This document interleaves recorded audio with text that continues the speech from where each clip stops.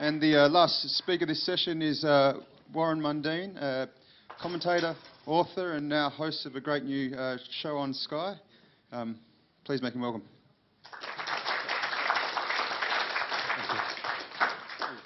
Thanks very much for that, and thanks for the scientific information and all the stuff. And I bow to you because of your science. I'm not going to pretend I'm a scientist. I'm just a commentator and that. But I just find it interesting and strange that in regard to Australia and its approach to nuclear power.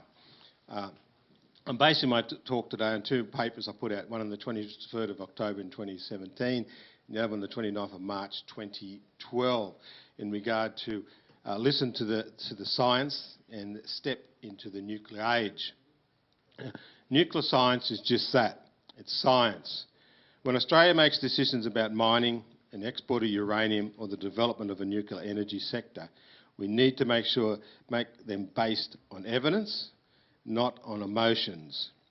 Now this came out of how my change was that I was up until about 2000 very much a anti-nuclear power, very much an anti-nuclear person.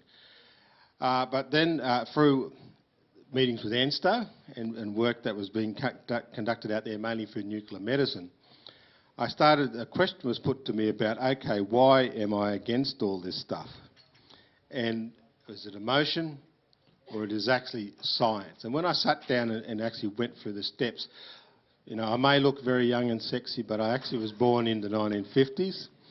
And I grew up on the B-grade movies of the giant ants and all those type of movies. So, and also we lived under the Cold War and where the threat of nuclear weapons and everything played into the way people were thinking. But when I started sitting down and looking at it, I worked out that most of it, if not all of my anti-nuclear, was based very much upon emotions. And this is where the battleground is. The battleground is on emotions and actually dealing with those issues of emotions and how we can actually move forward. Now, in my article I said, listening to the scientists, we hear the phrase in discussions on climate change. Now, I'm not going to argue about the support, the facts or non-facts or whatever of climate change. But the Green Left only listen to scientists if it suits their politics. Now, what I mean by that is they'll sit there and they'll say, look, the world's got climate change, we've got a whole range of problems, we're all going to die, we're all going to end up in hell and all that type of stuff. For me, as a non-scientist, as a commentator, as an ordinary Australian, my question is, if that is the case, why haven't we got everything on the table to discuss openly and freely and listen to the science of it and then do the battle from there? Now, I was in a famous discussion, some of you are ABC watchers on the drum, about that very argument, where people were on one side were saying, we're all going to go to hell, climate change is going to kill us all, it's just disgraceful, everything's going to happen. And I said, okay, I'm not going to argue with that case. I'm going to argue the case that if that is a fact, and you believe it to be a fact, then why isn't nuclear on the table? Why isn't the most low CO2 emitter in energy on the table for discussion? And they threw up things like, well, it's uneconomical. Well, I'm very, I've been a good Liberal Democrat and believer in freedoms there. When do we ban things just because they're uneconomical? Why do we ban things that are uneconomical? Doesn't the marketplace decide those decisions? Doesn't the marketplace actually make those decisions about what is good and what is bad, what are people going to invest in and what people aren't going to invest in? The Green Left denies the science of nuclear power, peddling fear and hysteria that nuclear is toxic and unsafe while ignoring scientific facts. Everything, even water, is poisonous at high enough doses, while harmless at lower doses. Radiation is no different. The lowest doses with a clear link to increased cancer risk, and this is where I get a bit scientific, is 100 millisieverts. Is that perfect? Oh, I got that right. That's a tick for me. 100 millisieverts in a year. 100 1,000 millisieverts cause radiation sickness, 4,000 millisieverts usually fatal. 8,000 cervix definitely is fatal. Is that all on the mark? Thank you. The maximum allowance annual dosage for US radiation workers is 50 millisieverts. Everyone is exposed to radiation. It pays to be married to a wife who's not only a lawyer but also has honours in physics as well. Everyone is exposed to radiation every day from everything. We absorb 3 to 4 millisieverts annually just living on Earth. A chest CV scan delivers 7 millisieverts. Exposure from smoking is 1.5 packets of cigarettes a day for a year is 36 millisieverts. A staggering 120 times the exposure from living next to a nuclear power plant for the same period. Exposure on a flight from New York to Los Angeles is 0.04 millisieverts. In the United States, flight crews are classified as radiation workers. When I sat on the Australian Uranium Association board, I learnt that uranium mine workers who are exposed to the most radiation are the pilots who fly you in and out. Nuclear power produces 0 CO2 emissions. Properly regulated, it's safe and reliable.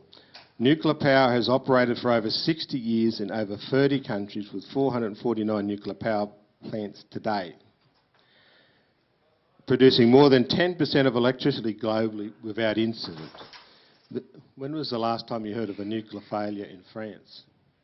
The Green Left ignores this. They rather talk about the Fukushima plant failure during the 2011 tsunami.